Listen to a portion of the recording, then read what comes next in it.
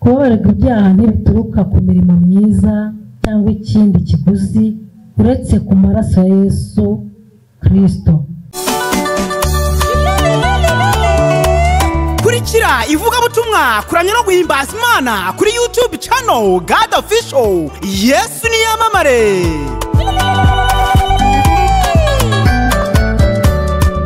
Kubw'ikuzo ry'Imana Data aba ariko natwe tubaho dufite ubugingo bushya. Abaroma ibice 6 umurongo wa 4. Abaroma ibice 6 umurongo wa 4 haravuga ngo nuko rero kubw'umubatizo twahambanywe nawe mu rupfu rwe kugira ngo nk'uko Kristo yasuwe n'ubwiza bwa Data wa twese abariko nako natwe tugendera mu bugingo bushya. Amen. Nanone nk'uko twabonye ubwayo Imana yakijije abantu icyago cya 10 cyo kwica abana b'imfura, ari ikimenyetso Imana yabasabye gushyira ku mazu yabo.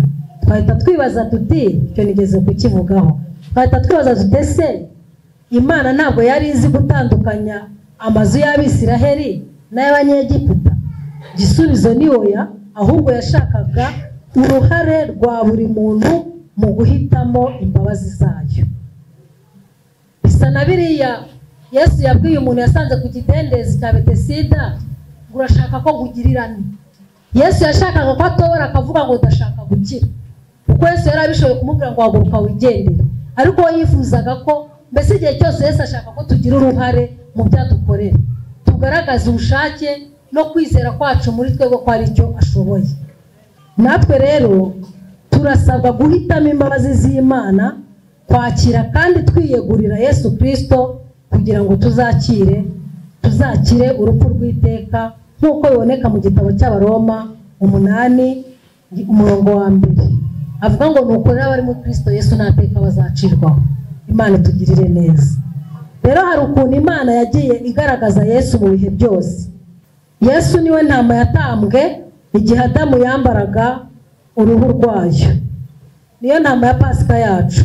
Niwe nkingi y'igicu yagendanaga n'Abisiraheli mu butayu. Niwe Mana yatangiwe Abisiraheli mu butayu. Muribuka ko Abisiraheli bageze mu butayu bagaburirwaga mana, kandi wakwibeshya ukayiraza ugacya yapfuye. Igereranywa na Yesu Kristo. Niwe gitare cyavuyemo amazi mu butayu. Niwe gitambo cy'igitondo n'ikigoroba ku Bisiraheli i Kanani. Niwe nka y'igaju yezaga Abisiraheli inyuma y'ihema. Ni nawe nkuge yo mu gihe cya Nowa. Niwe mutsima udasembuye waribwaga mu gihe cya Pasika. Urumva ko Yesu ari byose, nk'uko ijambo ry'Imana ritubwira ngo mbere na mbere hariho jambo, ngo kandi uwo jambo yahoranye n'Imana. Imana idufashe. Hari indirimbo Abakatolike bagiraga yajyaga inyobera, ariko nayimenye aho mariye gukizwa. Hari indirimbo baririmbaga ngo yaririmbwe na Bikira Mariya ivuga ngo kana kanjye nteruye nishimye, ngo aka kabere wonka ni wowe wakampaye, ngo aya maboko aguteruye ni wowe wayampaye, ngo uyu munwa ukuvuga ni wowe wawumpaye, ngo singizwe iteka mwami wanjye. Noneho nkibaze se ko ari uruhinja yamuhaye ibere gute kandi ari we bikanyobera. Ariko aho mariye gukizwa niho namenye icyo Mariya yashakaga kuvuga, kuko mbere na mbere Yesu yari kumwe n'Imana kandi yari Imana. Kugira ngo abyarwe na Mariya kwari kugira ngo yigire umuntu abashe kuducungura. Imana tugirire neza. Tugeraho kuganira nyirizina intego y'umusaraba wa Yesu. Tugiye kurebera hamwe intego y'umusaraba wa Yesu Kristo. Abantu bo mu bihe bitandukanye bagiye barangwa no kugira uburyo butandukanye bwo guhana abanyabyaha, abagizi ba nabi. Ubwami bw'Abaroma bwo bwari bukomeye mu gihe Yesu yari ku isi nk'Imana yigize umuntu. Abagome, abicanyi, abambuzi, mbese abanyabyaha bakomeye baruharwa bahanishwaga igihano cyo kwicwa babambwe ku musaraba. Ni nacyo gihe Yesu yabambwemo, kubera ko nawe bamugize umugome ruharwa, nawe bangombwa ko bamubamba ku musaraba. Nicyo gihano nawe yahawe. Pilato yahamije ko nta cyaha Yesu yakoze, kandi koko yari uwera. Urupfu abagome bicwaga nirwo nawe yapfuye, kuko yishwe nk'umugambanyi mubi. Abambwa hagati y'ibisambo bibiri, kimwe kiramwizera, ikindi kiramushinyagurira. Akiri ku musaraba rero yatangiye umurimo wo kunga Imana n'abantu, kuko nibwo yabwiye cya gisambo kiravuga ngo rata wowe Imana idutwiteho, rata wowe uyu munsi turabana muri paradizo. Nibwo yatangiye igikorwa cyo kunga Imana n'abantu, ubwo yizezaga igisambo cyihannye ko ari bubane muri paradizo. Isura urupfu rubi rwo ku musaraba Yesu yapfuye rwari rugendereye iki? Intego yarwo yari iyihe? Intego y'umusaraba wa Yesu, dore intego zimwe mu zatumye Yesu utarigeze gukora icyaha yemera kubambwa ku musaraba. Intego ya mbere, kudusogongerera ku rupfu. Abaheburayo ibice 2:9. Abaheburayo ibice 2:9 haravuga ngo ahubwo tubona Yesu wacishijwe bugufi akaba hasi y'abamarayika ho hato, tubona ko ari we wambitswe ubwiza n'icyubahiro nk'ikamba kubw'umubabaro w'urupfu yapfuye, kugira ngo kubw'ubuntu bw'Imana asogongerere abantu bose urupfu. Byari bikwiye ko Yesu anesha urupfu kugira ngo hatagira umwizera uzaheranwa narwo. Intego ya kabiri, kugira ngo muri we tubabarirwe ibyaha. Igitabo cya kabiri cy'Abakorino ibice 5:21. Abakorino ba kabiri ibice 5:21. Kuko utigeze kumenya icyaha Imana yamuhinduye kuba icyaha ku bwacu, kugira ngo muri we duhinduke gukiranuka kw'Imana. Amen. Amen. Kubw'umusaraba wa Yesu nyine abamwizera bababarirwa ibyaha bagahabwa gukiranuka kw'Imana. Icya gatatu, guhishura ubuntu bw'Imana mu gucungurwa kwacu. Dusomere Tito ibice 2:11 kugera ku 14. Tito ibice 2:14. Yego. Haravuga ngo watwitangiriye kugira ngo aducungure mu bugome bwose, kandi yuhagirira abantu kugira ngo babe ubwoko bwe bwite, bugire ishyaka ry'imirimo myiza. Amen. Kubabarirwa ibyaha ntibituruka ku mirimo myiza cyangwa ikindi kiguzi, uretse ku maraso ya Yesu Kristo yaviriye ku musaraba ku bwacu. Bityo umusaraba wa Yesu ugaragaza ubuntu bw'Imana twagiriwe mu gucungurwa kwacu. Buriya iyo umuntu ajya aho ngo njye narakijijwe, ngo njye nta cyaha ndangwaho, uba wibeshye cyane. N'ubuzima turimo uko turiho ni ubuntu Imana yatugiriye. Ntuzajya ngo wiyemere, yego ni byiza, nta nubwo twagomba guhora dukora ibyaha nkana, ariko turiho kubw'ubuntu, twambara kubw'ubuntu, tugenda kubw'ubuntu, turyama kubw'ubuntu bw'Imana. Ubuntu yatugiriye no gucungurwa nibyo bitubeshejeho. Icya kane, gutwunga n'Imana. Abaroma 5:10. Ibyaha byari byaradutandukanyije n'Imana, ariko umusaraba wa Yesu utwunze n'Imana. Icya gatanu, gushimangira isezerano rishya. Matayo 26:28. Matayo 26:28 haravuga ngo kuko aya ari amaraso yanjye y'isezerano rishya ava ku bwa benshi, kugira ngo babarirwe ibyaha. Amen. Aya magambo yo twese turayazi. Buri kwezi twegera igaburo ryera, tuba twibuka amaraso y'Umwami wacu Yesu Kristo. Tuba twibuka Yesu wadupfiriye akatubambirwa. Icya gatandatu kiravuga ngo kugura itorero.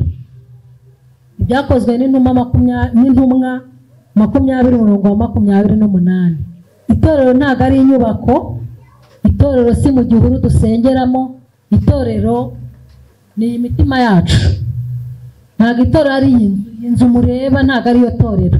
Itorero ni njyewe, itorero ni wowe. Dusomere 20:28. Yego, haravuga ngo mwirinde ubwanyu, murinde n'umukumbi wose, umwuka wera yabashyiriyeho kuba abarinzi kugira ngo muragire itorero ry'Imana iryo yaguze amaraso yayo. Amen. Haleluya. Amen. Urumva ko itorero ryaguzwe n'amaraso ya Yesu Kristo kugira ngo uburaha nanjye ndaha n'uriya araha natwe twese turaha, twaguzwe amaraso y'igiciro akomeye. Bityo hari hakenewe ikiguzi cyo gucungura abantu. Icyo kiguzi ni Yesu wabambwe kubw'itorero rye, yaguze amaraso y'igiciro cyinshi. Ese ujye uzirikana impamvu Yesu Kristo yabambwe? Ntabwo kubambwa kwe byari impanuka cyangwa gushaka kwigaragaza, ahubwo bifite icyo bivuze. Ni byiza nk'abakristo kuzirikana impamvu, intego y'umusaraba wa Yesu Kristo, kugira ngo twirinde kuwukereza, kugira ngo tubashe gukomeza kugenda mu nzira y'umusaraba. Dukwiye gusobanukirwa icyo umusaraba wa Yesu uvuze kuri twe abizera Kristo. Komeza uharanire kumenya byinshi kuri iyi Pasika. Murakoze. Yesu abaho umugisha.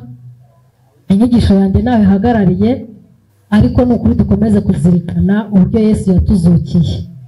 Haleluya. Njye bijya binezeza cyane iyo ntekereje ku musaraba wa Yesu, yatemera gupfa ngo yemere kubambwa, yemera kwambara akabindo. Njyewe mba ndi hehe wowe uri hehe? Imana iduhe umugisha. Murakoze. Nzi niba hari ufite ikibazo, iminota 3 gusa. Mwereze muganga mikoro. Ndabanza gushima kubw'inyigisho nziza mutugejejeho itwigisha ku bigendanye na Pasika. Ikibazo cyanjye kiragira kiti, niba ishingiro rya Pasika yacu ari ukwitanga kwa Kristo, bivuze urupfu rwe n'izuka rye, kandi twumvisha ibintu bitatu, ko harimo kugaragaza urukundo rwe, harimo imbabazi, hakazamo n'ubuzima bushya. Ariko umuntu aribaza akavuga ngo se mukuri hari impinduka byatanze? Uru rupfu rwa Kristo hari impinduka igaragara ku itorero ry'uno munsi byaba byaratanze kuba yarapfuye? Ese ubundi yataza gupfa byari kugenda gute? Impinduka byarayitanze cyane, kuko iyo bidatanga impinduka, niko nakomeje kuvuga, ntago tuba turi hano. Kristo Yesu amaze mbere, Kristo atarapfa, umuntu yakoraga icyaha bagahita bamuhana, bamwica. Wakuramo mugenzi wawe ijisho nawe bakagukuramo irindi. Ariko Kristo amaze gupfa akazuka, yashyizeho itegeko ryo gukundana.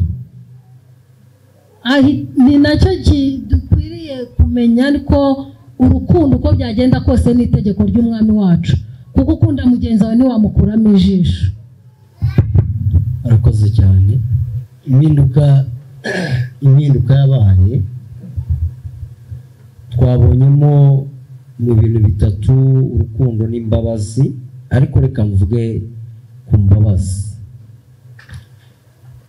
Mbere twumvise yuko iyo umuntu yakoraga ibyaha hari ibyo yasabwaga kugira ngo akore, kugira ngo abashe no kugera kuri wa mutambyi umutambirira. Hasabwaga ibitambo. Ese iyo ibitambo biba bikiriho uyu munsi wa none, ko mbona no kubona akanyama ko kurya nta n'imbeba twabona mu rugo bigoye, noneho umuntu yari kuba yashobora kubona intama ngo icyaro cyoroshye cyari inuma, kandi ntabwo zikibaho, ziracyaba heheze. Rero impinduka zabaye n'izo mbabazi z'Imana muri Yesu Kristo zatugezeho. Byonyine kumujya imbere ukamubwira uti, mwami wanjye, kuba waramfiriye ndongeye ndagarutse, iza mbabazi zawe nzi ko zitaramvaho, nizongere zimbonekeho, niyo mpinduka ya mbere, kuko igihe iyo tuba tukiri mu gihe cy'ibitambo nta n'umwe wari kuzarokoka. Ikindi mbona dukora ibyaha uko bwije n'uko bukeye. Niyo wari kuba ufite inka ebyiri mu rugo zari guhita zishiruka buri kindi utanga, ariko Yesu yarahabaye. Ikindi nakongeraho ndetse mbona kinakomeye gihatse byose, kuko ibyo byose muvuze nibyo, ariko nabyo byari bifite abo bireba nabo bitareba. Bikiriho nanjye ntibyandeba, na sogokuru wanjye na mama wanjye ntibyamureba, kubera yuko ntabwo bari bafitiye Imana iyi twizera uyu munsi. Uyu munsi rero genda umuragwa w'ijuru, kubera Yesu yagize gute, yapfuye akazuka. Haleluya. Icyo nicyo gituma ndi umuragwa w'ijuru cyose. Amen. Nahindutse umwana w'Imana mbiheshejwe n'icyo cyonyine yakoze. Yego. Ariko mbere ataragikora nari icyo ntazi. Nigiye wivuze si mwebwe mvuze. Oya nibyo ariko. Yewe nari icyo ntazi. Ngo twari abanyamahanga tutazi Imana rurema. Ariko twigijwe hafi. Twigijwe hafi kubw'amaraso ye. Haleluya. Ayo rero icyo gihatse byose mwavugaga, nyakubahwa ikibazo babazaga nuko nguko iyo Yesu adapfa ubukiri mu burere, ariko twarabatuwe rwose. Amen. Mumere Yesu amashyi ubwo yarakoze cyane. Amen. Ku bigendanye n'ubuzima bushya muri Kristo, ese koko itorero rirakomeza kwiyongera kandi rirashoboka kugenda rikizwa ibyaha? Kuko kenshi bakunze kutunegura bavuga bati niba Kristo yarapfuye kandi agapfira abanyabyaha, kuki tukibona abanyabyaha ndetse n'ibyaha birushaho kugwira? Ubwo umumaro w'urwo rupfu rwa Yesu ni uwuhe? Ni ku bigendanye n'ubuzima bushya turimo turi kwibaza, ese koko hariho impinduka ku itorero ry'Imana mu buryo bufatika, cyangwa uko iminsi mibi igenda yegera turabona ibintu birushaho kugenda biba bibi, ndetse n'abari bakijijwe bagenda basubira inyuma? Noneho ubwo urupfu rwa Kristo umumaro warwo ni uwuhe?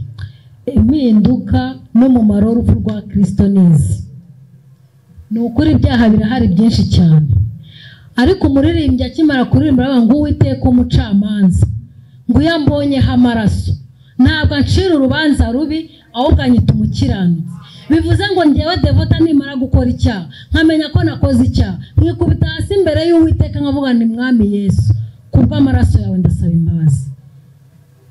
Aha birushaho kugwira, niko n'imbabazi za Kristo zirushaho. Imbabazi ze zihoraho iteka ryose. Ahubwo nanone mwunganire. Ahubwo mwunganire nanone icyo avuze ni ukuri, ariko inyunganizo nakongeraho, abantu uko turemye mu gupimira ku bandi ibyo tureba inyuma. Mu yandi magambo, ndumva hari igihe twigeze kwiga ku bijyanye n'ibihe n'uruhererekane rw'ibihe. Abantu benshi baracyari mu gihe cya gatanu cy'amategeko. Umuntu apimira undi ku mategeko. Noneho uko upimira umuntu ku mategeko rero, igihe cyose umubona ari umunyamafuti, kuko nta muntu wigeze tubona watunganyije itegeko. Umuntu wabashije kubishobora yajyanywe mu ijuru adapfuye.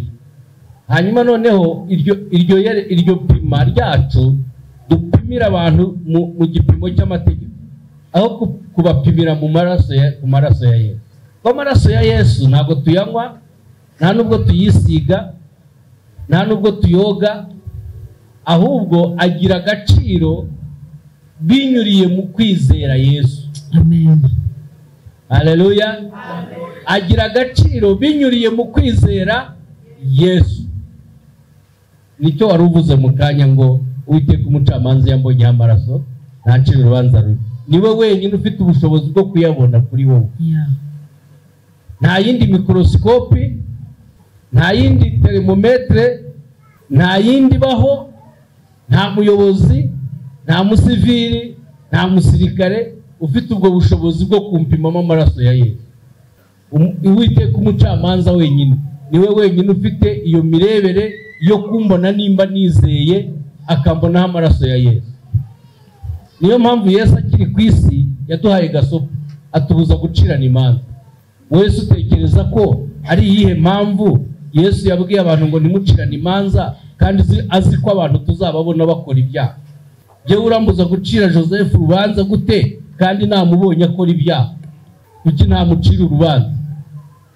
Ariko impamvu yabimbujije yanyatse ubwo burenganzira, anyaka ubwo bubasha, asigarana ubucamanza we wenyine kuko ari we ufite ibyo areba abandi batarora. So rero abantu bagipimira abandi ku mategeko, hari n'abayambaraga kugira ngo bagende bemeza abantu. Ngaho ngaya ku mu myenda, ngaho nyereka iryo nishe ritunga urutoki.